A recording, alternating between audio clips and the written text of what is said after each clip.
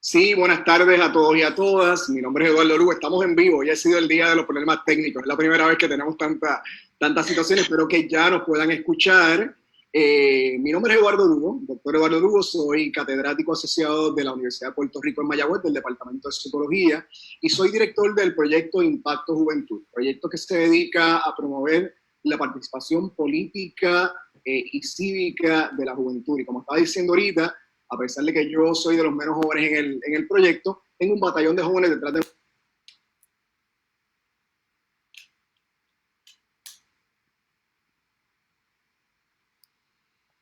precisamente vamos a estar hablando de un tema que es de suma importancia para el país en este momento que estamos enfrentando la pandemia del COVID-19. Y para eso tenemos tres distinguidos invitados que nos acompañan durante el día de hoy. Nos acompaña primeramente la doctora Mabel López, que es la presidenta del Colegio de Profesionales de Trabajo Social de Puerto Rico. Tenemos a la doctora Kevia Calderón, que es la presidenta electa 2020 de la Asociación de Psicología de Puerto Rico. Y tenemos a Marcos Santana, que es el director de la Red para los Derechos de la Niñez y la Juventud de Puerto Rico. Le damos la bienvenida y le voy a pedir a cada uno, empezando con Mabel, por favor, que nos den un saludo. Saludos cordiales, es un placer estar aquí y que nos abran sus espacios virtuales para escucharnos y hablar de este tema tan interesante. Un abrazo solidario. Hola, muy buenas tardes. Para mí es un placer estar compartiendo en el día de hoy con este grupo. Aprovecho para excusar a la doctora Calixta Baerga, que era quien tenía que estar con ustedes en el día de hoy. Ella no pudo, así que se excusa, ¿verdad? Hubiera querido estar con ustedes. Buenas tardes, saludos a todos y a todas. Muy contento de acompañarles en esta conversación. Pues muy buenas tardes a todos, de verdad, y gracias por sacar un ratito de su tiempo para compartir con nosotros acerca de este tema de gran importancia. Yo sé que los tres han estado trabajando muchísimo, ¿verdad?, tras bastidores. Para mí ustedes son de esos héroes que la gente no conoce, ¿verdad?, pero como movilizan este país en espacios donde muchas veces el gobierno, ¿verdad?, y otras personas no necesariamente se acuerdan, ¿verdad?, de las personas con las cuales ustedes trabajan y las poblaciones que atienden. A mí me gustaría comenzar con la pregunta requerida, ¿verdad? Y es que ustedes nos expliquen un poco qué es esto del Task Force social y por qué ustedes piensan que esto es una necesidad imperante en el país. Vamos a empezar con Mabel, por favor. Bien, la palabra Task Force está muy de moda. Creo que es el referente para la gente, la ciudadanía, cuando hablamos del plan de enfrentar al coronavirus desde el gobierno. El gobierno, cuando inició su estrategia de aislamiento físico y obviamente estar recluidos en nuestras casas, dejó al margen y excluido la posibilidad de discutir asuntos sociales y de protección social importantes para nosotros y nosotras las que estamos hoy aquí, ¿verdad?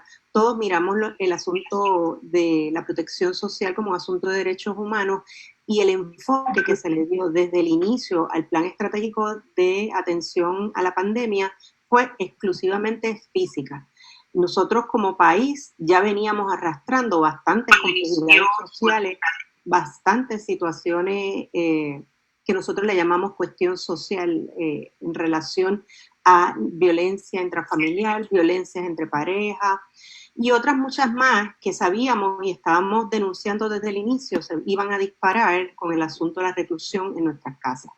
En ese sentido, en esa dirección, hicimos una denuncia pública de atender los asuntos sociales y como vimos en estos días que seguían ofreciendo estrategias que seguían invisibilizando la situación de las poblaciones diversas en el país, pues se da este junte de voluntades de más de 51 organizaciones y tengo que decir que Marcos ha sido, ¿verdad?, precursor en esta acción porque es él quien me dice, Mabel, vamos a unirnos. Y yo digo, pues es verdad, vamos a unirnos, vamos a solicitar la atención urgente a la situación social del país.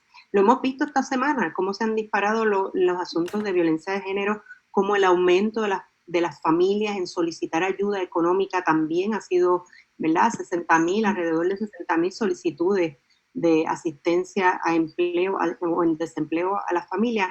Son asuntos que no estaban vinculados o que no estaban reconocidos en ese plan estratégico, y ahí es que inicia esta intención y esta exigencia de nosotros, estas organizaciones, porque el Estado asuma la responsabilidad que al fin y al cabo tiene con la ciudadanía, que es la atención y la protección en todos los sentidos. Hay 3 responsabilidades importantes, ¿verdad?, que han sido necesarias y urgentes desde el Estado: informarnos, educarnos y protegernos. Pero la protección no se puede quedar solo desde el ángulo de la salud física. Kevin, ¿cuál es tu impresión de la necesidad de este grupo? Yo pienso que antes, ¿verdad?, antes de que tú contestes, que esto es algo que me parece que es una necesidad que la estamos llevando a la palestra pública en este momento, pero es una necesidad que viene de hace mucho tiempo, ¿verdad? Yo sé que ustedes han estado trabajando desde la Asociación de Psicología de Puerto Rico, el colegio y la red, muchas iniciativas que vienen a raíz de la crisis económica, que vienen a raíz del huracán María, que vienen a raíz de otras crisis, ¿verdad?, que hemos estado enfrentando, y cada vez las situaciones sociales que ya veníamos arrastrando se siguen magnificando. Así que, ¿qué tú piensas acerca, ¿verdad?, de esta necesidad del Task Force y qué está haciendo la Asociación de Psicología de Puerto Rico, para poder promoverlo? Bueno, pues la realidad es que cuando, ¿verdad?, no podemos ver las cosas de forma segmentada. Cuando hablamos de salud física, también hablamos de salud mental, también hablamos de salud social, hablamos de bienestar en todos los sentidos de la palabra. Y si solo nos quedamos atendiendo los aspectos de salud física, nos vamos a quedar descubiertos en otras áreas que son muy importantes y que benefician a lo que es la salud física, ¿verdad? Cuando hablamos de que las personas tengan condiciones de vida adecuadas, cuando hablamos de que las personas tengan una salud mental adecuada, cuando tengan acceso a los recursos, etcétera, etcétera, eso va a garantizar que tengamos una población saludable. No es la ausencia de enfermedad lo que tenemos que atender solamente, ¿verdad? Así que es sumamente importante el que podamos tener un equipo de trabajo que atienda las necesidades de las poblaciones vulnerables y de toda la población en general, ¿verdad? Porque en este momento la salud mental, por ejemplo, de todos los ciudadanos y ciudadanas se ha visto tambaleada de alguna forma, ¿verdad? Porque estamos viviendo una situación que es nueva para todos nosotros y estar en casa sin poder ajustarnos a la rutina diaria, a la rutina normal, pues ya altera de alguna manera nuestro estado anímico. Así que, pues, como bien dices, en la Asociación de Psicología de Puerto Rico hemos estado trabajando desde diferentes miradas. Nosotros tenemos diferentes equipos de trabajo que atienden diferentes temáticas, por ejemplo, adultos mayores, psicología de la salud, etcétera. Todos los grupos de trabajo están encaminados a buscar alternativas y llevar alternativas a la sociedad, ¿no?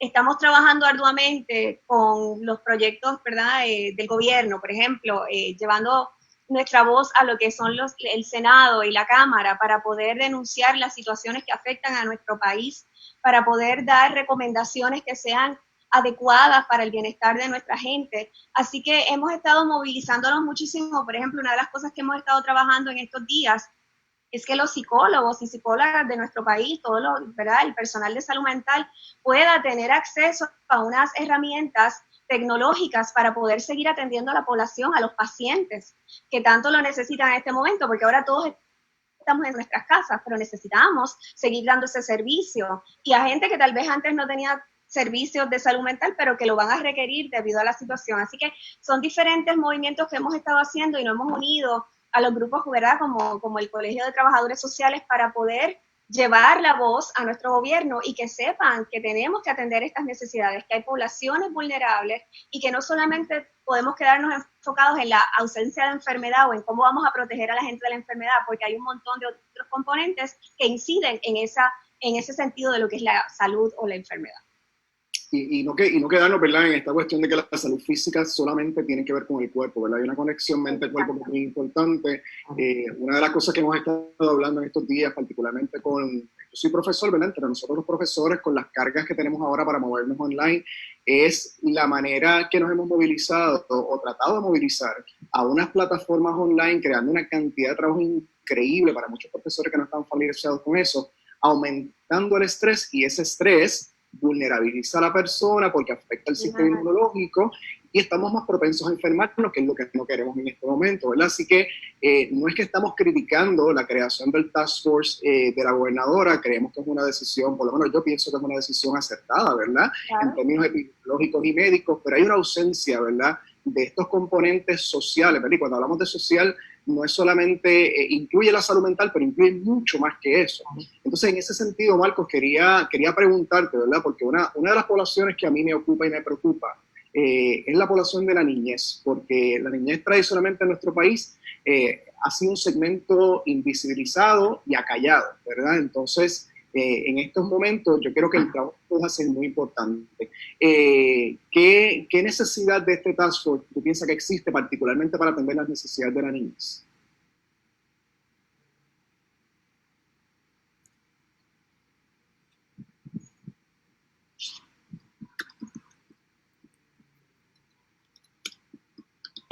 Concurro con las compañeras lo que han planteado y me parece que es el argumento de quienes hemos estado trabajando con los aspectos sociales en el país. Añadir un poco para contextualizar la petición de que se integren las dimensiones sociales, las complejidades sociales, también es urgente que se integren la mirada de derechos humanos, la forma que abordamos los problemas en este país. Y quizás ahora estamos todos encerrados en nuestras casas, pero hay que ir un poco más atrás y recordar que los niños y los jóvenes y las familias en general han venido arrastrando traumas desde el mal manejo por la recuperación post-huracán Irma y María, el mal manejo de la recuperación post-terremotos en el sur y sus siguientes réplicas, y ahí han estado los niños, las familias, los adultos y adultas mayores sufriendo no solamente el desastre natural, sino el mal manejo de la emergencia, de la respuesta. Todavía hasta la semana pasada habían gente en los refugios, aunque se planteaba desde las conferencias de prensa que ya todo el mundo estaba ubicado. Así que ese contexto es importante recordarlo para insistir que hay profesionales de las áreas sociales que sí están trabajando, que sí están cercanos a la gente y que sí tienen mucho que aportar. El aspecto económico sin duda es medular, el aspecto médico y de epidemiología también lo es, pero lo cierto es que no hemos visto que se integre, ¿verdad?, este componente de esta mirada social y esta mirada de integrar la mirada de derechos humanos. Y creo que por eso también, para nosotros y nosotras en la red, medular que se integre. Los niños y las niñas en nuestro país ya viven en unos niveles de estrés tóxico impresionantes. 6 de cada 10 niños viven en pobreza, como hablabas con Brian en el live anterior. Nuestras familias están sumidas en un contexto muy complejo. Nuestro país carga demasiadas desigualdades como para no contemplar la dimensión social en cualquier gestión que se haga. Definitivamente, concurro contigo. Yo estaba mencionando ahí el asunto de los sismos, ¿verdad? Nosotros los que vivimos en Sabana Grande, a veces, y me alegra que tú le hayas traído, Marco, de la manera que lo hiciste, porque a veces nosotros en el área suroeste, yo estoy ahora mismo en Sabana Grande, sabemos que a la gente que vive en el área metro se les olvida que todavía hay sismos en el área de acá. Tan temprano como ahorita, hace como 2 horas, sentimos un jamaquión bastante fuerte. Y tengo amistades que hablaron conmigo y me dijeron, mira, mis nenes se descontrolaron, olvidó lo que teníamos que hacer, ¿verdad? Así que estamos hablando de una población de niñez que está viviendo una crisis sobre otra, una juventud que está viviendo un trauma sobre otro. Yo tengo estudiantes que en su carrera universitaria no han tenido un año, un semestre que sea normal, porque la normalidad es que no sea normal, es que haya un huracán, es que haya un sismo, es que haya algún tipo de huelga porque estamos reclamando derechos que sentimos que se nos están quitando, ¿verdad? Así que en ese sentido, el componente social se vuelve sumamente relevante, sumamente importante para poder mitigar, ¿verdad?, los efectos de esto. Una de las cosas que nos ha preocupado mucho a muchos sectores y muchas organizaciones en las últimas semanas ha sido el aumento vertiginoso de los problemas de violencia de género en nuestra isla a raíz de la cuarentena. Entonces quisiera por favor, Mabel, que nos hables un poco acerca de lo que ustedes han observado y cuáles son algunas estrategias para atenderlo. Pues mira, con relación a la violencia de género, era una de las alarmas y alertas que hacíamos desde el saque de la gobernadora, porque llevamos tiempo solicitando una declaración de estado de emergencia y la integración de currículos desde la perspectiva de género, porque la violencia de género tiene una raíz en el patriarcado y en el machismo, que necesita ser atendida culturalmente en el más amplio de los enfoques que se pueda tener. Y esto no se va a erradicar si no cambiamos de espejuelos con los que miremos la vida. Y eso tiene que venir desde una exigencia del Estado, ¿verdad? Y es lo que hemos hecho, pedirle al Estado que integre la perspectiva de género en nuestro currículo y que se declare un estado de emergencia, porque déjame explicarle a quienes nos escuchan, cuando declaramos estado de emergencia, como lo que está pasando ahora con la pandemia del coronavirus, los fondos del Estado se tienen que identificar para sustentar los servicios y atender la situación. Eso era lo que estábamos pidiendo con relación a la violencia de género en el país. Ahora se suma, ante esta situación de la pandemia, el reclutamiento de estas mujeres o personas víctimas de violencia de género, porque no quisiera invisibilizar, ¿verdad?, que la violencia entre parejas ocurrir a cualquier tipo de pareja, que cualquier tipo de pareja puede estar en el contexto de su hogar, en este sitio que nos dicen que es tan romántico, donde vamos a estar tan bien protegidos, van a estar mucho más vulnerables, no a enfermarse por la pandemia y el coronavirus, sino a perder inclusive la vida y estar amenazados en la seguridad física y emocional de las personas.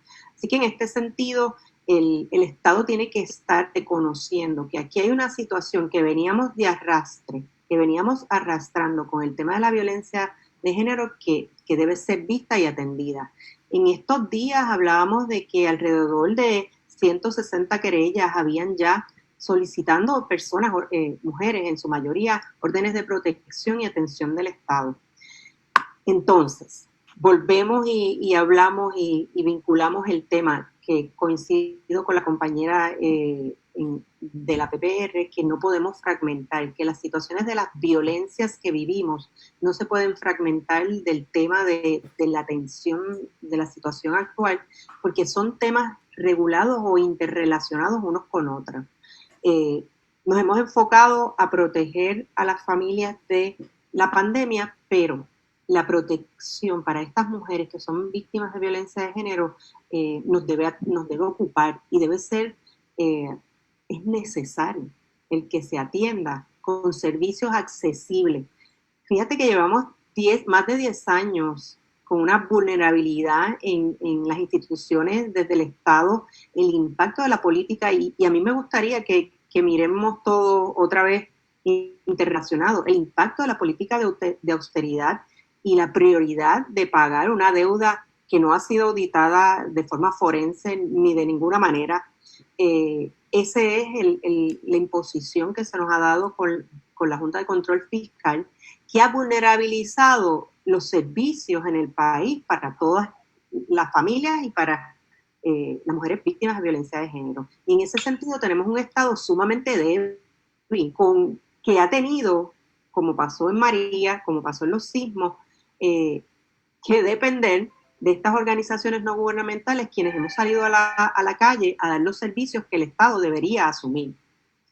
Así que tenemos un problema complejo, y la violencia de género es un asunto que para erradicarse necesita mucha voluntad y necesita un plan estratégico desde esa perspectiva de género, porque la perspectiva de género la hablamos en el marco de la educación, pero la perspectiva de género se puede incluir en las organizaciones gubernamentales, en las relaciones, en la política pública extendida, que puedan entonces darnos resultados positivos. Creo que definitivamente se necesita asesoría a la fortaleza sobre estos asuntos en el marco y el contexto de lo social.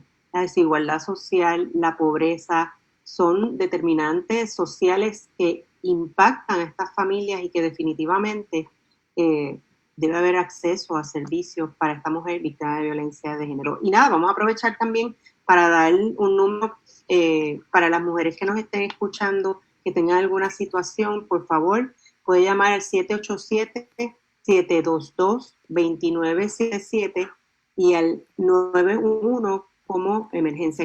En España estaba mirando que había una estrategia para estas mujeres que tal vez no tienen acceso al teléfono o a poder denunciar la situación de cuando pudieran salir, por ejemplo, a la farmacia o al supermercado, llevaran una nota con una palabra en particular que quien las atendiera diera una alerta para atención y protección de esas mujeres. Nada, esto aquí un poco reflexionando qué están haciendo otros países para atender estas situaciones sociales que no estamos haciendo aquí. A ver, yo te agradezco, y ahora con los compañeros, te agradezco que traigas la visión más holística de las medidas de austeridad. Nosotros en el 2008, si mal no recuerdo, cuando la ley 7 también se dio la voz de alerta, recuerdo, de que el despedir a tantos empleados públicos y tirarlos a la calle, cortar sus salarios, ¿verdad?, entre otras medidas, iba a desatar una ola de violencia doméstica también. ¿Verdad?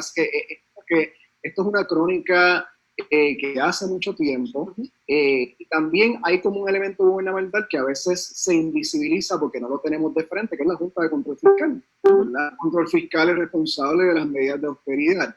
Así que es importante, ¿verdad?, que podamos educar al pueblo, ¿verdad?, y educarnos entre nosotros acerca del impacto que tienen estas medidas de austeridad, porque ciertamente no somos el primer país en hacer esto, y las consecuencias de las medidas de austeridad en todos los países donde yo por lo menos he estudiado que se han implantado, han tenido unas consecuencias sociales graves, en términos de salud mental, en términos de servicios y otras cosas, ¿verdad? Así que te agradezco que traigas esto. Claro, pero opinando un poquito sobre lo que estás diciendo, Eduardo, tenemos que ver que sabemos que las crisis económicas, o sea, que las personas comienzan a experimentar, ¿verdad?, lo que son los efectos de la crisis y la pobreza, etcétera, etcétera, va a tener un impacto en todo lo que es el estilo de vida de la persona. Los niveles de estrés van a aumentar y con eso pudieran aumentar los casos de violencia, ¿verdad?, intrafamiliar, etcétera, etcétera. O sea que son eventos que van desencadenando otras situaciones y que no podemos quedarnos pensando que se trata de un asunto nada más. Esto es algo complejo y que se debe atender desde diferentes miradas para poder ser efectivos en el proceso de solucionar o de sanar un poco lo que está ocurriendo.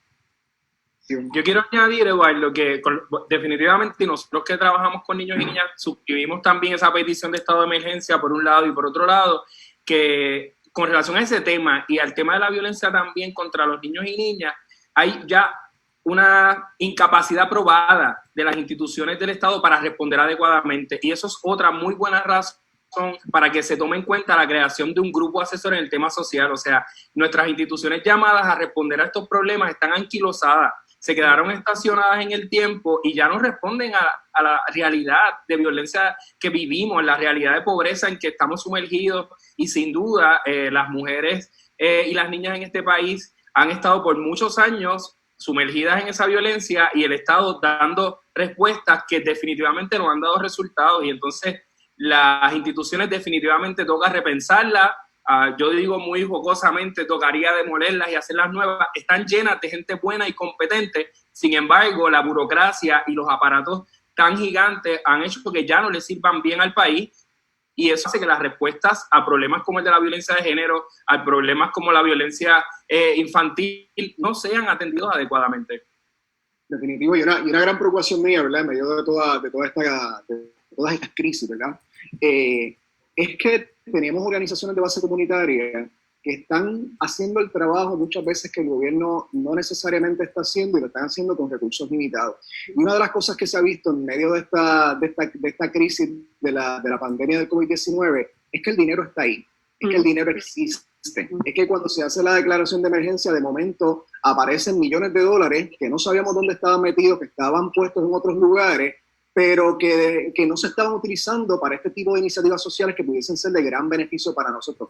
Les digo más, a mí me preocupa qué impacto ha tenido las medidas de austeridad en la preparación de nuestros hospitales para poder atender esta crisis, porque ciertamente en diferentes partes del mundo con las medidas de austeridad los sistemas sanitarios gravemente se han visto afectados, y ahora de momento nos hacen falta mascarillas, nos hacen falta guantes, nos hace falta un montón de otras cosas que pueden haber sido producto, ¿verdad?, de este recorte de fondos. Así que el dinero está. Estados Unidos acaba de desembolsar el paquete más sustancial económicamente para poder estimular la economía, y el dinero está entonces ahí para poder atender estas necesidades, ¿verdad?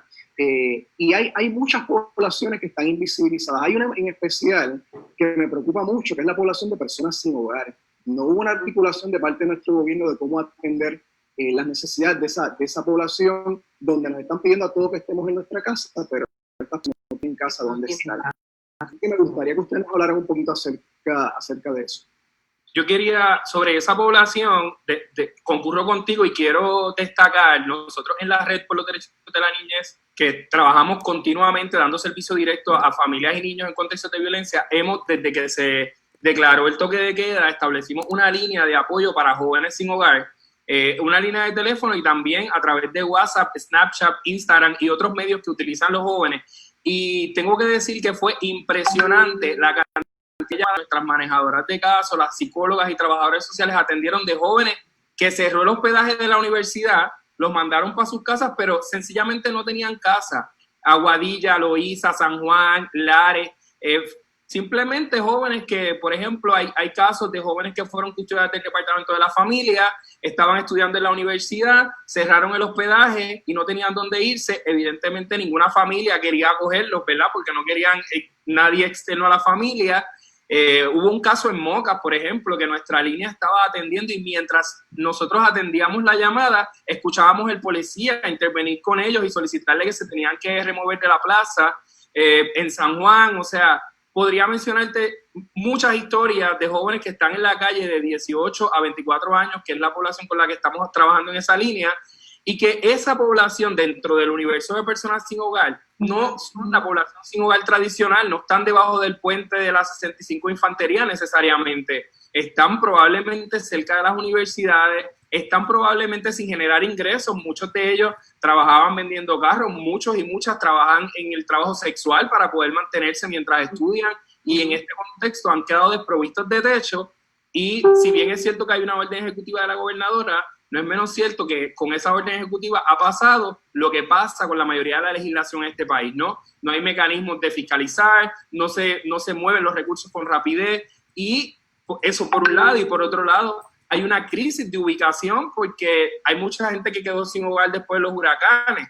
Es decir, compañeros de organizaciones sin fines de lucro, aunque quisieran, no tienen camas en los albergues de emergencia. Creo que es un tema medular para hablarlo. O sea, ya es hora de que el gobierno hubiese designado un espacio para abrir un refugio para las personas sin hogar, como lo establece la orden ejecutiva, y eso no ha pasado. O sea, estamos arrastrando una crisis sobre otra, muchas personas sin hogar después del huracán, muchas personas sin hogar después de los terremotos, y ahora queda nuevamente al descubierto la población sin hogar, y dentro de esta población, jóvenes de 18 años en adelante, hemos recibido casos incluso de embarazadas, y digamos que se puede tramitar con rapidez una llamada, una coordinación para una vivienda de emergencia. Si el joven tiene 18 o 19 años, nos tropezamos con el gap de que no tiene capacidad jurídica para firmar un contrato. Así que, o sea, es una crisis sobre otra y ahí están, ¿verdad?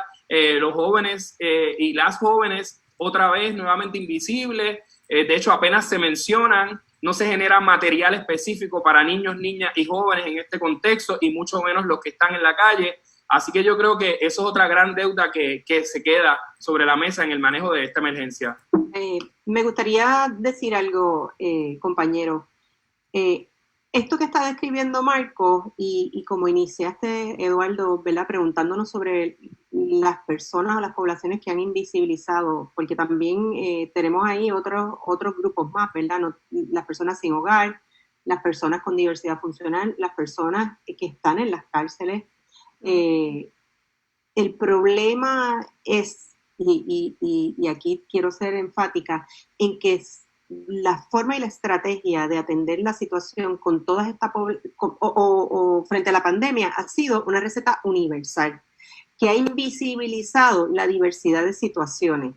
No consideró las personas sin hogar, no consideró las personas que estaban en las cárceles, no consideró la violencia de género, no se consideraron. O sea, se hizo una receta para encajonarnos a todos desde esa receta y desde esa única mirada que definitivamente excluyó y cae en la discusión que tenemos de lo que es la violación de los derechos humanos en momentos de emergencia, que está más que estudiada. En España hay una tesis que explica específicamente cómo se violan los derechos humanos, o que hizo una investigación la persona que estudió, cómo se violan los derechos humanos en momentos de crisis donde no se mira y se establecen estas recetas universales sin mirar estas particularidades. Eso por un lado, y por el otro lado vuelvo y hago hincapié que en este país ha habido un error, un obstáculo mayor, y es que no se han identificado los servicios sociales como servicios esenciales. ¿Por qué? Porque ese dinero que Eduardo dice que está ahí, si es que se identifican los servicios sociales o las situaciones sociales como servicios esenciales y necesarios, hay que identificar y llevar esos fondos a dar esos servicios. Y ahí es que está la trampa de verdad, de lo que es el Estado neoliberal. Esto es pura política neoliberal, donde entonces empujan a las organizaciones no gubernamentales a asumir la responsabilidad del Estado con pocos recursos, inclusive a discutir y competir por llevarse unos fondos que realmente vulnerabilizan el servicio y el derecho a servicios que tiene la población. Y en ese sentido, cuando nosotros volvemos al tema de exigir un task force, es con la mirada de que el gobierno tiene la responsabilidad porque el dinero está. A mí eso nadie nos lo puede quitar.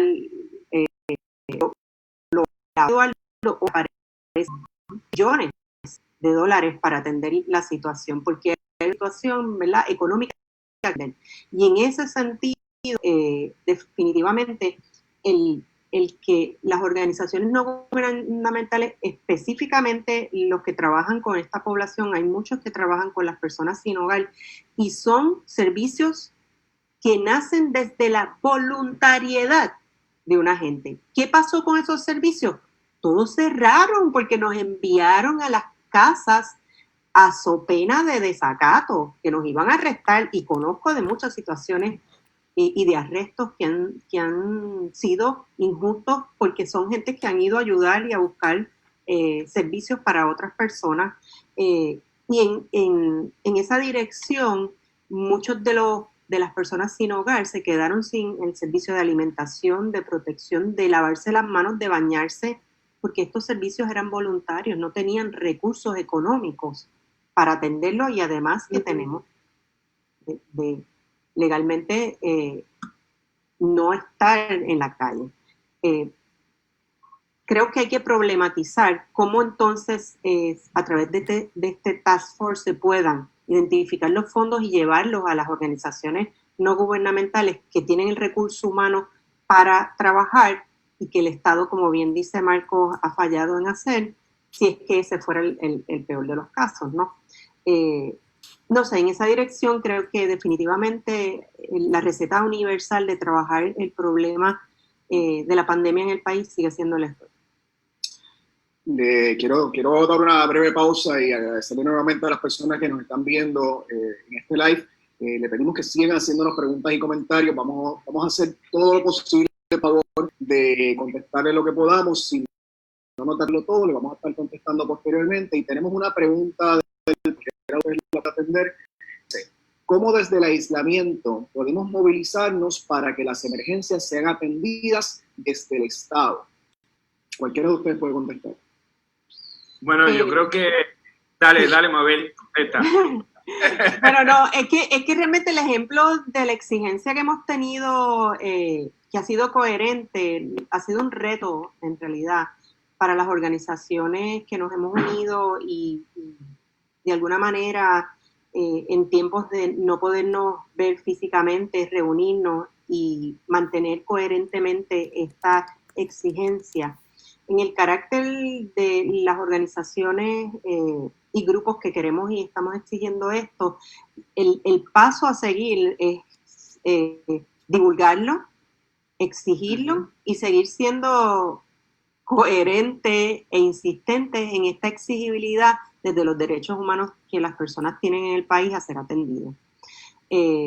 Así que desde la distancia, por lo menos el ejemplo que podemos dar como organizaciones afiliadas y en defensa de los derechos humanos ha sido la coherencia y el compromiso que tenemos, que ha sido, ¿verdad?, insistente y persistente. Cartas a la gobernadora en distintas instancias han llegado, hemos estado en los medios de comunicación y nos hemos seguido autoconvocando y reuniendo como organizaciones. Este lunes tenemos una reunión, ¿verdad?, para atender qué planes y propuestas vamos a tener para que el Estado siga escuchándonos desde la diversidad de opiniones, ¿verdad? Porque somos organizaciones que todos atendemos a unas poblaciones, todos interpretamos que hay unas situaciones y ángulos de la complejidad social que nos ocupan, y hay diversidad de opiniones en términos de la exigencia al Estado. Yo, y desde el colegio estoy hablando, creo fielmente en que debemos seguir siendo vocales y exigiendo al Estado que atienda esta situación.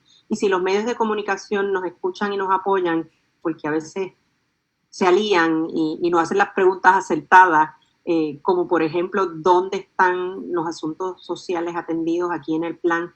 Y se nos da una respuesta vana de decir que simple y sencillamente desde la salud mental se va a establecer un protocolo. Volvemos a ser cómplices del Estado en el mal manejo de la situación. Así que, ¿cómo seguimos haciéndolo? Pues de esta manera, virtual, exigiendo y coherentemente aliados por el bien común y el bienestar social del país. Marco, te dejo ahí la palabra.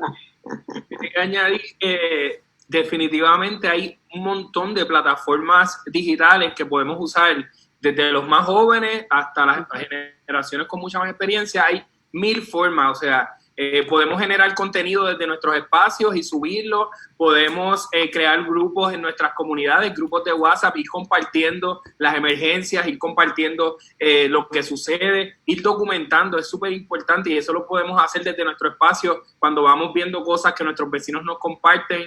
Todas las plataformas nos permiten conectar con los medios, subir imágenes y taguear los medios, así que yo creo que el uso de las plataformas digitales en este contexto es súper importante, y también, como bien dijo Mabel, conectarse con otras iniciativas. Lo es la petición de la creación de este Task Force, que es un grupo abierto a través de la página del colegio. También el enlace se ha divulgado para que puedan participar en la reunión.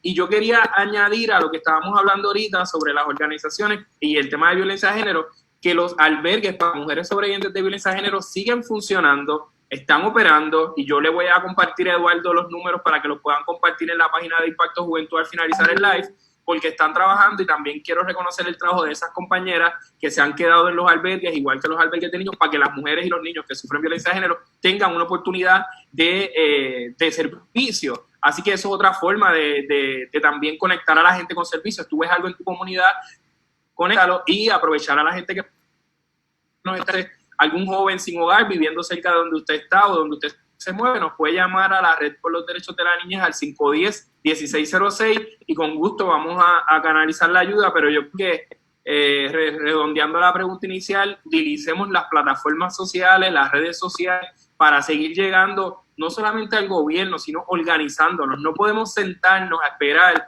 que el gobierno haga lo que no ha hecho por años. Nosotros y nosotras en nuestras comunidades, en nuestros grupos, nuestras organizaciones, nos toca seguir organizándonos, seguir estableciendo estrategias que algunas van a ser públicas, otras no van a ser públicas de momento, pero hay 1000 maneras de hacer que esta emergencia se considere en las poblaciones más vulnerables, pero para eso tenemos que organizarnos. Lo que no se puede hacer es quedarnos sentados esperando que el gobierno, ni ninguna de sus agencias, haga algo. Ellos harán, y le vamos a exigir que hagan lo que le toca, pero nosotros y nosotras desde las comunidades, es que en las comunidades y en nuestras manos, sea aislados o sea sin aislar, está en nuestras manos. Y ahora lo vamos a hacer de manera digital, y inmediatamente pase esta emergencia, probablemente volveremos a las calles a recordarle al Estado lo que tiene que hacer. Yo pienso que eso es esencial. Perdón, Eduardo, me gustaría añadir que todo lo que han dicho Mabel y Marcos es sumamente valioso, es lo que necesitamos hacer. Ahora mismo tenemos la tecnología a nuestro favor. Tenemos también las llamadas telefónicas. Mire, eso funciona. Llame y escribe a los legisladores y a los senadores. Eso es importante, porque tenemos que denunciar. Sí podemos hacer mucho como ciudadanos y exigir nuestros derechos, pero tenemos que dejarles saber a ellos qué nos está preocupando, qué nos está afectando y qué estamos dispuestos a hacer como pueblo. Nosotros tenemos el derecho de exigir a nuestro gobierno a que se mueva y que atienda nuestras necesidades. Entonces, es importante poder hacer esa gestión de llamar, de escribir y de hacer presión, ¿verdad? Y es lo que hemos hecho en estos días de diferentes maneras para poder movilizar ciertas cosas que necesitamos que se atiendan para que nuestra gente esté bien, ¿verdad? Y tenemos que recordar que es importante que tenemos unos recursos, el 911 disponible Mabel nos comentaba ahorita, el 911 está disponible para que si tenemos una emergencia, pues podamos llamar y que se pueda atender la línea Paz. Tenemos que hacer uso de esos recursos para que se vea que hay una necesidad y se pueda entonces movilizar a la atención de las necesidades. Así que creo que todos han dado unas recomendaciones fabulosas y tenemos en este momento histórico la posibilidad de tener más alcance a través de la tecnología. Yo quisiera añadir que en este momento histórico tenemos una oportunidad única, que yo sé que lo hemos hecho antes, pero ahora lo podemos hacer con mayor fuerza, de activarnos a través de las redes sociales. Y le estoy hablando también a la juventud del país que nos escucha a través de la plataforma de Impacto Juventud y de otras plataformas. Nosotros tenemos la habilidad de poder estar en el Twitter de la gobernadora, de los legisladores, escribirles a sus correos electrónicos y hacer las exigencias que nosotros creamos pertinentes, particularmente en la articulación de este Task Force Social para atender lo que son las necesidades de estas poblaciones diversas que nosotros hemos estado hablando, ¿verdad? Eso no nos toma muchísimo tiempo, yo creo que tiene un valor incalculable en términos de la presión política que puede hacer, y es el organizarnos a ese nivel. Ha sido clave en muchas partes del mundo, en diferentes movimientos sociales, y puede que a lo mejor el Estado piense que como estamos en las casas no necesariamente vamos a estar activados, no podemos ir a una marcha, pero la avalancha electrónica que puede surgir de esta cuarentena yo creo que puede ser significativa. Tenemos una pregunta, comentario que me parece muy importante, se las voy a leer, y es una petición de que le expliquemos a la gente a qué nos referimos cuando exigimos los servicios sociales y pues es importante que estos sean considerados servicios esenciales. Yo debería atender esa pregunta. Yo puedo iniciar. Puedo iniciar. Cuando nosotros hablamos de servicios sociales, estamos hablando de atención a unas necesidades. Fíjense que nosotros, por ejemplo, desde el trabajo social y todas las profesiones, estamos en la relación de lo que el Estado o el gobierno le ofrece a la ciudadanía y lo que la ciudadanía necesita, más allá de lo que se le ofrece o adicional en términos de salud, seguridad, educación, vivienda. Todos son servicios o todos son derechos humanos que deben ser considerados servicios sociales. Los derechos humanos tienen una dimensión importante que es la del derecho social al servicio y a ser atendido desde un Estado. Definitivamente el Estado es el administrador de nuestros bienes y de esos servicios que requerimos para poder tener calidad de vida, que también es otro derecho, poder vivir y existir en relaciones, ¿verdad?, en el contexto de lo social. Y eso tiene dimensiones económicas, políticas y sociales que no se deben dividir. Fíjense lo importante que en este momento nosotros somos un territorio norteamericano, que es un asunto político y tiene un impacto sobre cómo se dan los servicios sociales en el país. Porque la política pública, en su mayoría, hay 1% de la política pública que viene desde los Estados Unidos. Así que es federal. Y lo que dice el presidente Donald Trump en Estados Unidos va a tener un impacto eventualmente en la política pública del país. Y en ese sentido, lo político es importante en la discusión de los servicios sociales. Más que nada, a quienes nos escuchan, los servicios sociales son todos esos servicios que acogen y responden a los derechos humanos que usted tiene por ser un sujeto humano. Desde la vida, la seguridad, como dije, la educación, la vivienda, la calidad de vida, todo esto son asuntos que deben estar incluidos en esa mirada. ¿Por qué deben ser esenciales? Porque para nosotros vivir con calidad de vida debemos tener básicamente una seguridad alimentaria.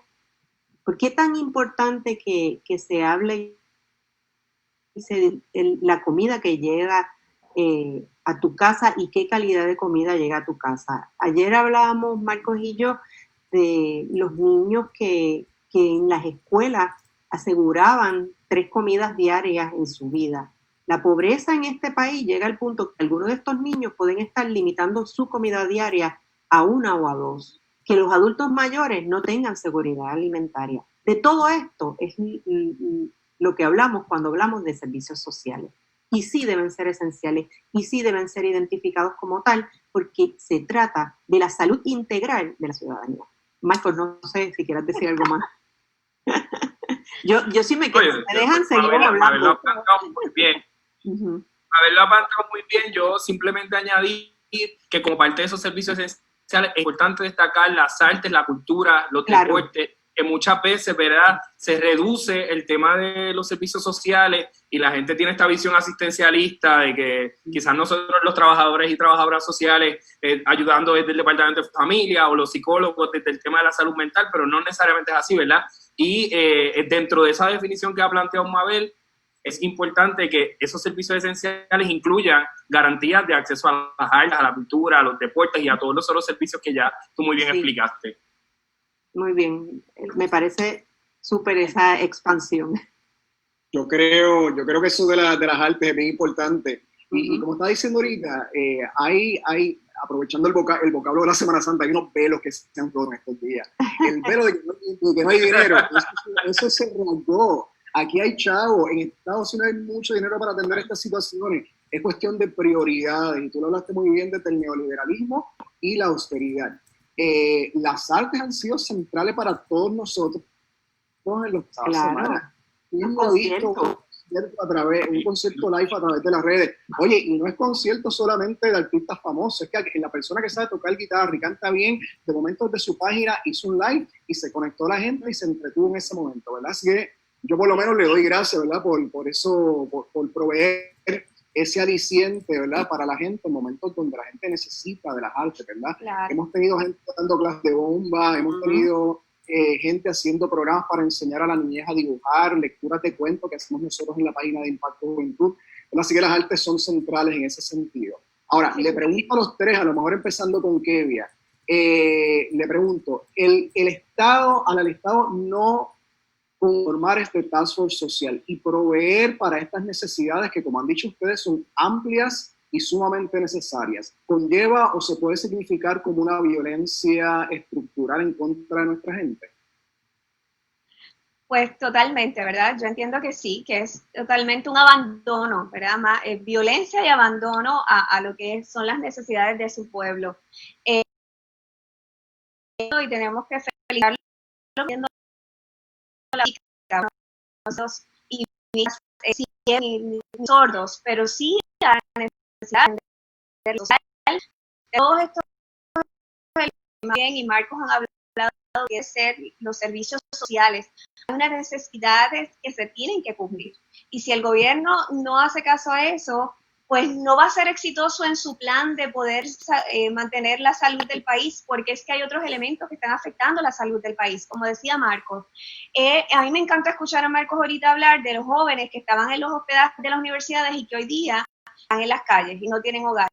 Uno usó entrada sin hogar, alcoholismo, drogadicción, etcétera, etcétera. Esa es la imagen general, pero hay mucho más. Entonces se tiene que atender eso, se tiene que atender desde el Estado, y no hacerlo es una violación a los derechos humanos de nuestro país, ¿verdad? Así que sí es una violencia y sí es un abandono y tienen que atenderlo. Así que les exhortamos a que por favor atiendan esta necesidad. Obviamente, yo sé que a lo mejor Marcos y Mabel tienen mucho que decir en este tema, pero nos queda poco tiempo y quiero entrar a un tema que para mí es sumamente importante. Yo sé que estamos movilizando muchas organizaciones para hacer presión para que este task force social se pueda conformar. Y hay veces donde hemos hecho presión en otros sentidos y el gobierno genera unas iniciativas que no necesariamente cumplen con lo que eran las expectativas iniciales, ¿verdad? Y las recomendaciones que se le dan desde todas nuestras organizaciones. La pregunta mía para ustedes es que por favor ustedes me digan, ¿cuáles serían las características del task force social que están recomendando? ¿Y cuáles son las características de las personas que deberían conformar este task force social? No, sé que me pueden dar una lista de nombres de gente excelente, no le estoy pidiendo nombre, pero estoy pidiendo características, ¿verdad?, de las personas que deben estar en este task force. Bueno, me gustaría empezar diciéndole a quienes nos escuchan, esta solicitud apunta a la atención del asunto punto de la social en el país, que es necesario, urgente e inminente. La exigencia está ahí. Nosotros como organizaciones no le estoy diciendo al Estado que seamos nosotros en nuestra particularidad. Por ejemplo, el colegio no necesita ningún protagonismo aquí, para nada. Si el Estado, que el colegio no debe estar ahí, pues no estamos. Esa no es la exigencia.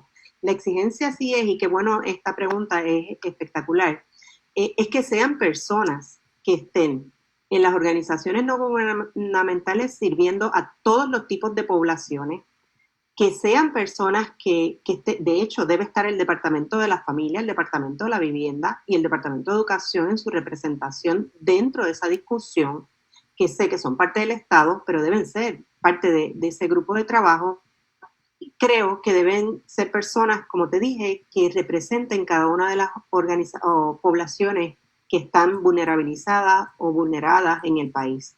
Desde ese punto de vista, debe haber personas de la academia que hayan aportado la investigación y que puedan también trabajar el elemento y la dimensión de recomendaciones de la política pública en particular.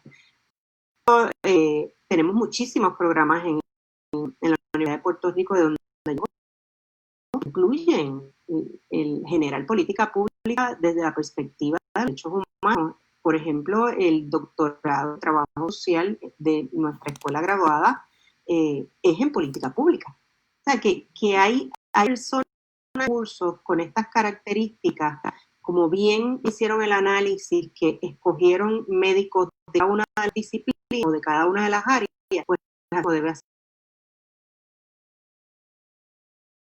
y el grupo de asesoría social. Marco, ¿tú tienes algo que aportar por ahí? Sí, yo totalmente concurro con Mabel y obviamente hace falta en esa mesa, y lo hemos planteado también, gente que ya ha estado trabajando. Es el caso de las organizaciones que endosamos esa carta, ¿no? Nosotros no estamos pidiendo que se cree un equipo que empiece a trabajar, ¿no? Las organizaciones que endosamos esa carta ya estamos haciendo un trabajo en el lado académico, en el lado de servicios directos, en los gremios profesionales. Ya tenemos un trabajo hecho, hay investigaciones, hay modelos que hemos inventado de acompañamiento a las poblaciones, así que lo que se plantea es poner a disposición del Estado lo que ya hemos estado formulando desde nuestros espacios, desde nuestras organizaciones, y que eso pueda hacerse disponible para que el Estado lo contemple en su plan de acción, ¿no? Yo no quiero irme sin decirles que hoy el Departamento de la Familia informó que durante el periodo de cuarentena del 15 al 13 de marzo, aparentemente ellos presentaron una disminución de querellas de maltrato, sale hoy en el vocero, de querellas de maltrato a menores, y yo quiero, ¿verdad? Y en el departamento hay mucha gente a quien yo respeto y estimo mucho, y yo al secretario lo respeto y le estimo, pero no se pueden despachar las cosas tan simples, ¿verdad? Y perdonen que use un espacio que no era la pregunta, pero no quería culminar sin decir que nosotros y nosotras en la red seguimos tratando de que el aislamiento social va a elevarse contra las niñas y los niños, y que el Estado tiene que hacer un plan, más allá de presentar números, ¿verdad? Que sabemos que podemos tener 8 lives para problematizar las estadísticas. Hay que hacer un plan, y aunque quizás no lo veamos del 15 al 20 de marzo, hay evidentemente todas las condiciones para que los menores, ¿verdad?, estén expuestos a violencia. Y eso es importante observarlo, y que el Estado rompa de una vez con la cajita, porque los desastres nos han mostrado que el país es distinto. Así que esa mirada de la calle, de lo que está pasando en la calle y lo que nosotros y nosotras estamos viendo en el servicio que brindamos, los albergues de niños y niñas y ese personal que está trabajando 24 horas en la emergencia, esa mirada también hace falta incluirla en este equipo. Oye, desde la mirada de la niñez, también quisiera decir, ¿verdad?, que si a una persona adulta que tiene en su hogar se le hace fuerte y difícil el poder coger un teléfono, particularmente en un aislamiento, ¿verdad? Para poder informar y poder buscar ayuda, para un niño o una niña es aún más complejo, ¿verdad? Así que las estadísticas no van a reflejar lo que es la realidad de lo que es el abuso infantil, ¿verdad? Así que yo creo que es importante, ¿verdad?, visibilizar esa mirada. Kelia, ¿quieres añadir algo acerca de qué características deberían tener las personas que conformen este equipo de trabajo? Bueno, definitivamente yo creo que además de las representaciones de algunos de los departamentos del gobierno que tienen que estar ahí, ¿verdad? El Departamento de la Familia, etcétera, las instituciones de corte comunitario, ¿verdad?, que ya llevan muchísimos años haciendo un trabajo y viendo a veces las necesidades que, como se mencionaba ahorita, el gobierno no logra atender, es fundamental que tengas representación en ese grupo.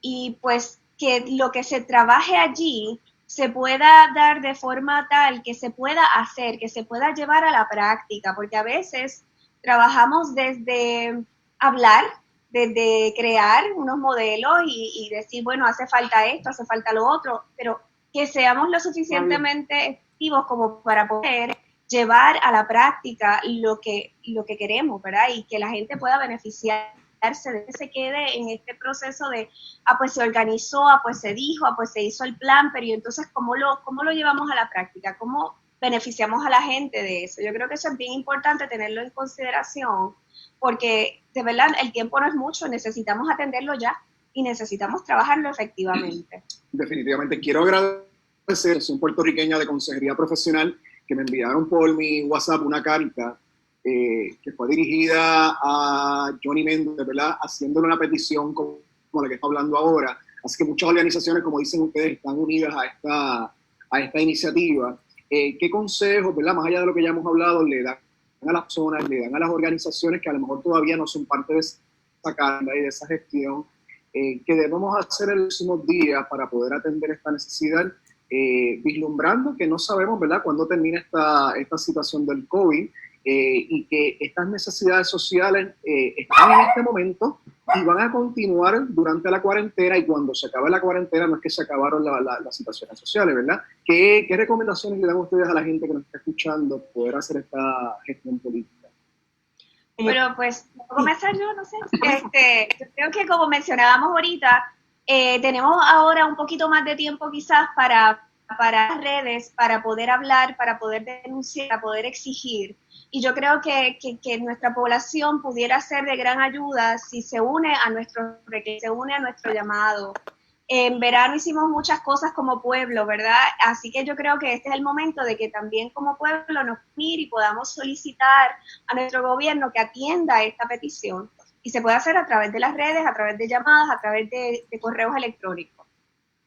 Perfecto. Sí, sencillo, me uno a las mismas expresiones. Exigir ese grupo de trabajo, seguir siendo coherentes en esta exigencia, y que se establezca un plan estratégico que contemple la protección social desde los derechos humanos. Yo creo que estos dos lineamientos o dos acciones son fundamentales. Invitamos a todas las personas que quieran unirse a nosotros en este llamado. Pueden hacerlo a través de nuestro correo electrónico. Lo escribo por ahí para no vaya a fallar en alguna de las frases, pero están invitados todas las voluntades a juntarse con nosotros, están ahí invitadas. Nosotros somos un grupo abierto y realmente lo que queremos es aportar al país. Mabel, hablando de esas voluntades, tengo un comentario aquí de una gran amiga que pienso que es sumamente acertado y que tenemos que comentar. Ella establece, partiendo de que no todo sale del gobierno, qué esfuerzos coordinados, si alguno, se están haciendo con los donantes y subvencionistas privados que ya vieron en Puerto Rico un lugar de inversión social para que apoyen este tan importante reclamo. Tremenda pregunta. Bueno, yo quiero añadir inmediatamente a eso que en la carta, en la iniciativa del colegio, hay 2 fundaciones filantrópicas endosando la carta, que son fundaciones que invierten en proyectos como los nuestros y están ahí ya endosando la carta, y yo creo que eso es importante reconocerlo, pero definitivamente hay que hacer un esfuerzo mayor.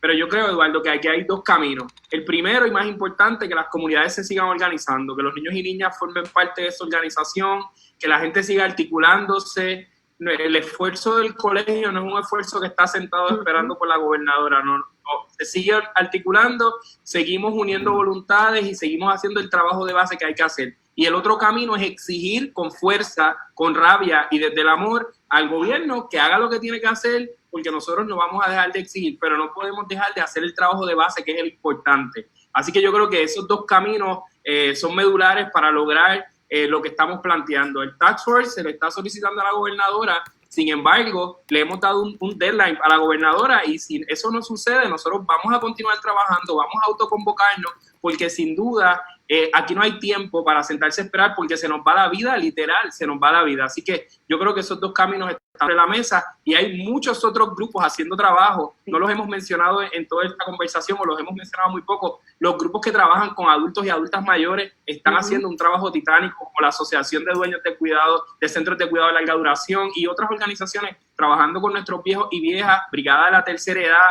que están haciendo un trabajo titánico y también reclamándole al gobierno que se movilice a tener mejores respuestas con esta población. Perfecto. Me parece medular lo que hemos hablado durante el día de hoy. Yo creo que esto es una conversación que vamos a tener que seguir teniendo, ¿verdad?, durante los próximos días y las próximas semanas. De verdad que les agradezco el tiempo que le han dedicado a esto y el tiempo que yo sé que tras bastidores, que sin que mucha gente los pueda ver, ¿verdad?, han estado haciendo a favor de diferentes comunidades. Hay muchas otras comunidades que no nos ha dado el tiempo incluso de poder tocar, como es nuestra población de viejos, que nos preocupa mucho, ¿verdad?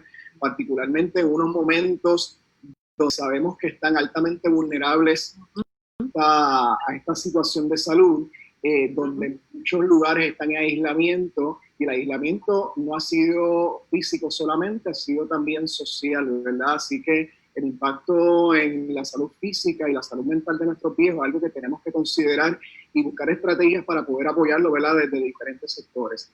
Viendo algunos de los comentarios, quiero enfatizar, ¿verdad?, que no es que nosotros estamos diciendo para nada que todo lo que está sucediendo es malo. Nosotros validamos los esfuerzos que se están haciendo desde el Task Force que convocó la gobernadora en términos médicos y epidemiológicos. Quiero felicitar efusivamente al grupo de trabajo de la Ponce Health Science University, esos epidemiólogos, incluyendo a la doctora Melissa Marzán y otros doctores que están haciendo un trabajo de calidad.